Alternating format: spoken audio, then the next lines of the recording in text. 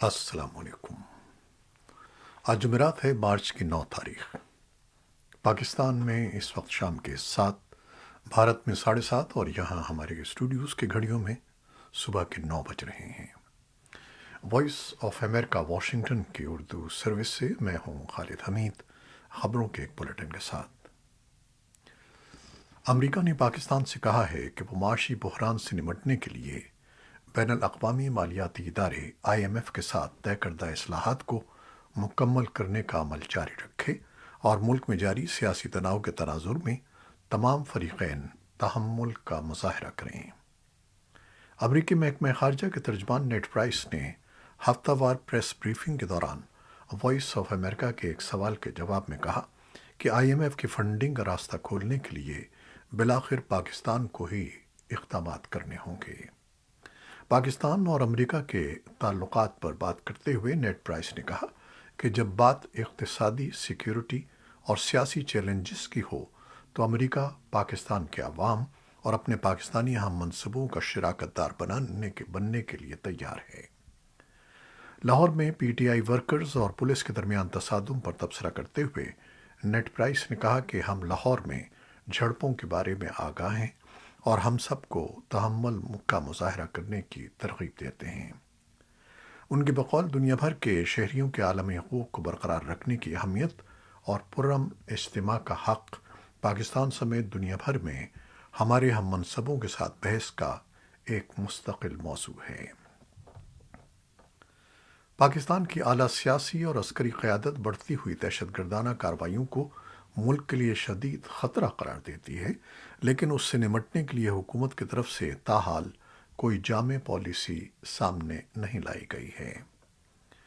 دہشت گردی کی صورتحال کو لے کر حکومت واضح حکمت عملی کے ساتھ سامنے کیوں نہیں آ رہی ہے، اس بارے میں مبصرین کا کہنا ہے کہ سیاسی قیادت اس اہم ملکی مسئلے سے نظریں چرا رہی ہے۔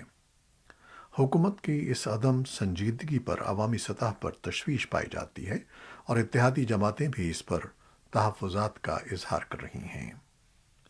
وزیراعظم کے معاون خصوصی اور پیپلز پارٹی کے ترجمان فیصل کریم کنڈی نے ملک سے دہشت گردی کے خاتمے کے لیے قومی حکمت عملی وضع کرنے کے لیے بلائی گئی APC کے انعقاد میں تاخیر پر تشویش کا اظہار کیا۔ پاکستانی فوج کے سربراہ جنرل سید عاصم منیر نے بھی کہا ہے کہ دہشت گردی کے مسئلے سے نمٹنے کے لیے تمام شراکت داروں میں قومی اتفاق رائے کی ضرورت ہے۔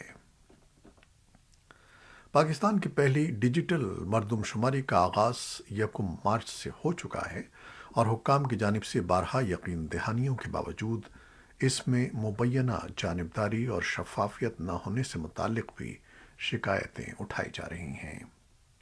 سندھ میں حکمراں جماعت اور وفاق میں اتحادی پاکستان پیپلز پارٹی نے صوبہ اسمبلی کے ایوان میں ان خدشات کا اظہار کیا ہے اور مردم شماری کے طریقہ کار کی شفافیت اور مردم شماری کے عمل میں خامیوں پر سوال اٹھائے ہیں۔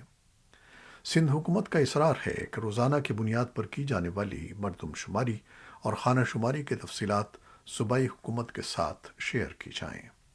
دریں اثنا پاکستان بیورو آف شماریات کے ترجمان سرور گوندل نے کہا کہ مشق شروع کرنے سے قبل صوبائی حکام کو آن بورڈ لیا گیا تھا اور ہر فیصلہ انہیں اعتماد میں لے کر کیا جاتا ہے۔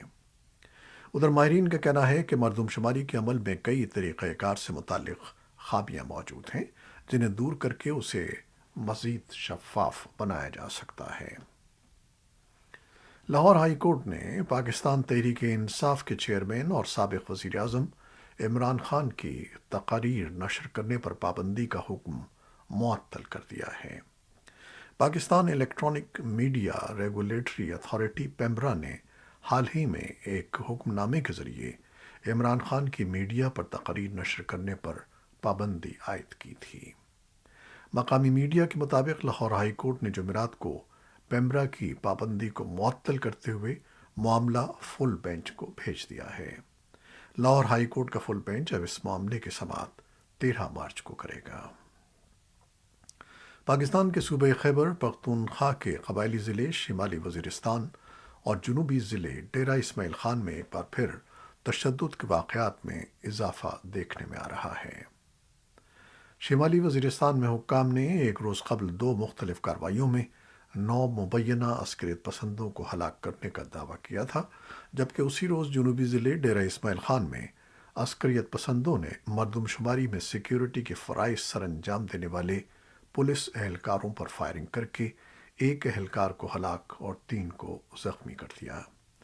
تشدد کے تازہ ترین واقعے میں بدھ اور جمعرات کی درمیانی شب نامعلوم افراد نے شمالی وزیرستان کے دوسرے بڑے قصبے میر علی میں ایک زیر تعمیر پولیس چوکی کو آگ لگا دی۔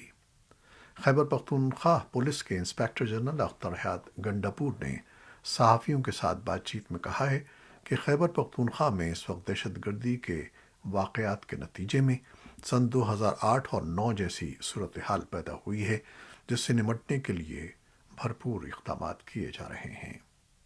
تجزیہ کاروں کا موقف ہے کہ حکام نے تو عسکریت پسندوں کے خلاف پچھلی 2 دہائیوں کے دوران بہت زیادہ کارروائیاں بھی کی ہیں اور ان کارروائیوں کے بارے میں بہت دعوے بھی کیے ہیں، مگر در حقیقت عسکریت پسند یا عسکریت پسند تنظیمیں اب بھی موجود ہیں۔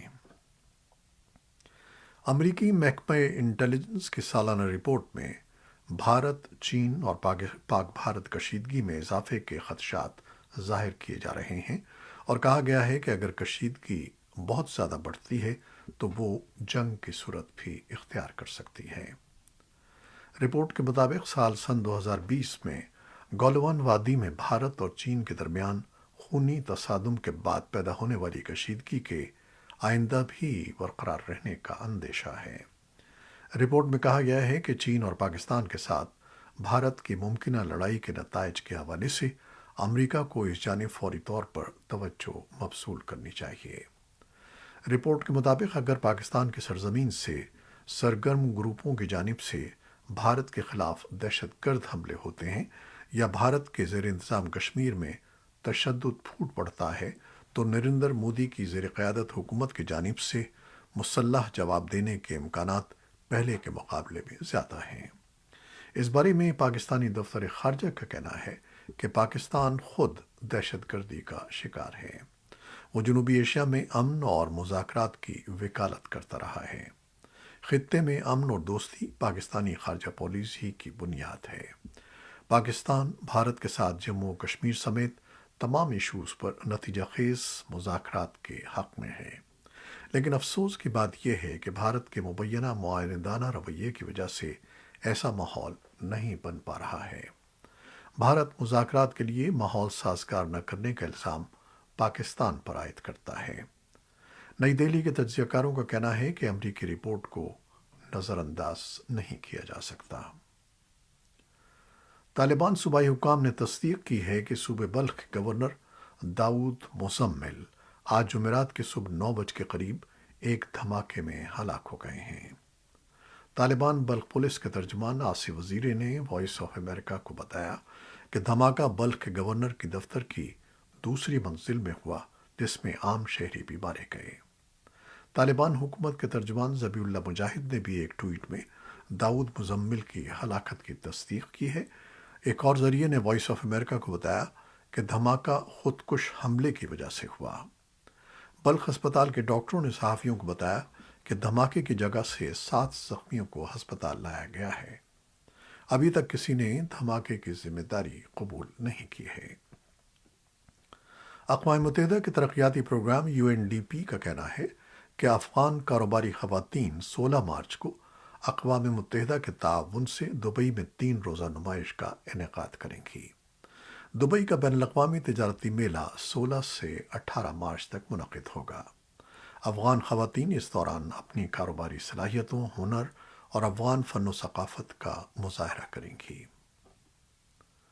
افغانستان کے لیے اسلامی تعاون تنظیم OIC کے سیکرٹری جنرل کے خصوصی نمائندے سفیر طارق علی بخت آج قندھار پہنچے اور انہوں نے طالبان کے وزیر خارجہ امیر متقی، صوبائی ڈپٹی گورنر حیات اللہ مبارک اور کئی دیگر سینئر حکام سے ملاقات کی۔ دنیا کی کئی اہم اور نمایاں شخصیات نے بنگلہ دیش کی حکومت سے مطالبہ کیا ہے کہ وہ نوبل انعام یافتہ ماہر معیشت محمد یونس پر غیر منصفانہ حملوں اور انہیں ہراساں کرنے کا سلسلہ بند کرے۔ اقوام متحدہ کے سابق سیکرٹری جنرل بان کی مون، امریکہ کے سابق وزیر خارجہ ہلری کلنٹن، امریکہ کے سابق نائب صدر ایل گور اور مشہور گلوکار بونو سمیت 40 شخصیات نے بنگلہ دیش کی حکومت کو ایک کھلا خط تحریر کیا ہے، جس میں انہوں نے محمد یونس کے ساتھ برتاؤ پر تشویش ظاہر کی ہے۔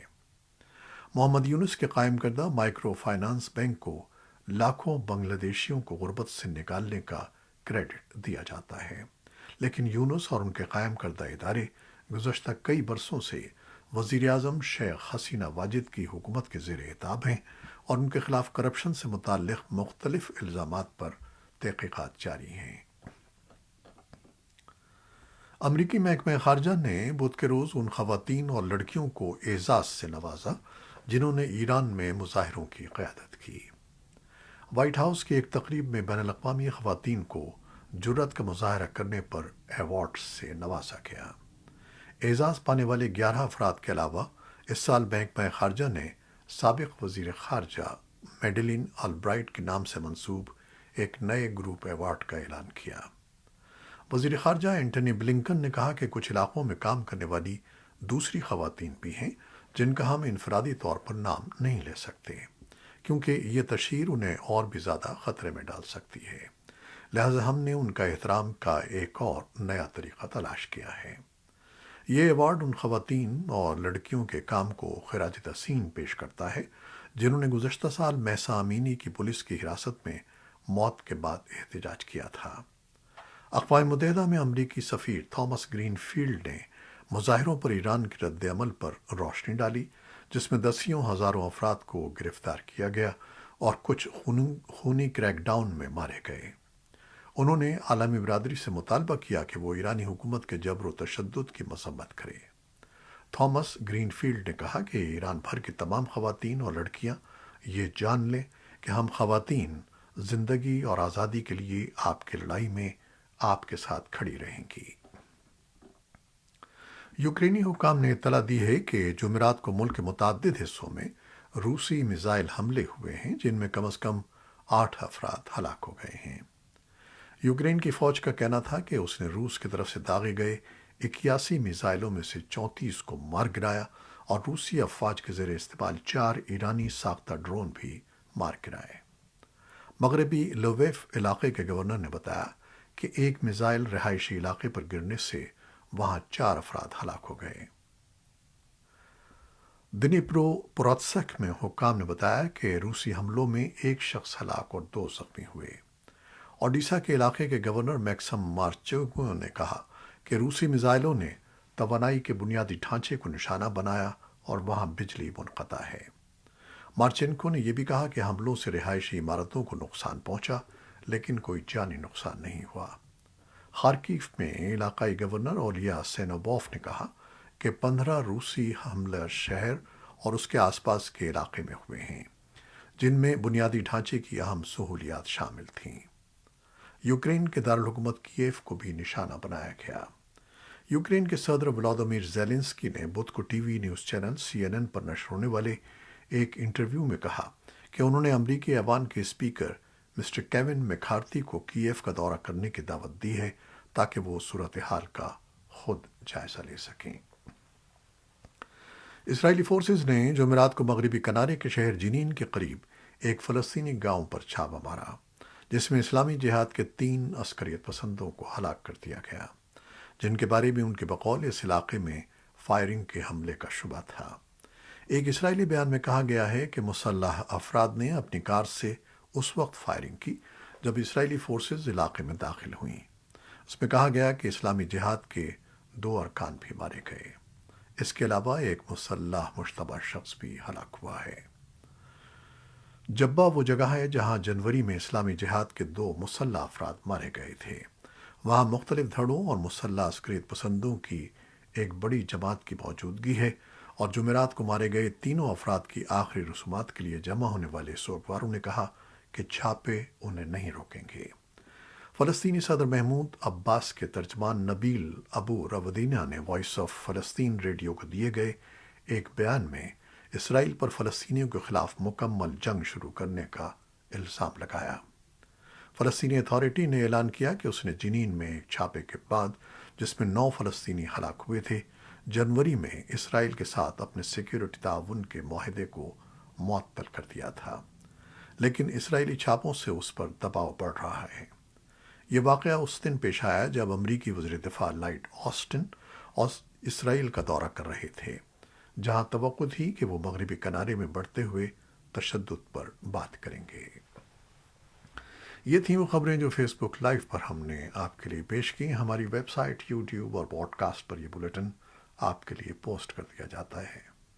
آپ ہمارے بلیٹن کو شیئر کرتے ہیں اور اپنے کمنٹس میں اپنی محبتوں کا اظہار کرتے ہیں، جس کے لیے ہم آپ کے فرداً مشکور ہیں۔ اپنی ان محبتوں کو جاری رکھیے گا۔ نیوز ایڈیٹر بہجت جیلانی کے ساتھ خالد حمید کو اب اجازت دیجیے گا۔ اللہ حافظ۔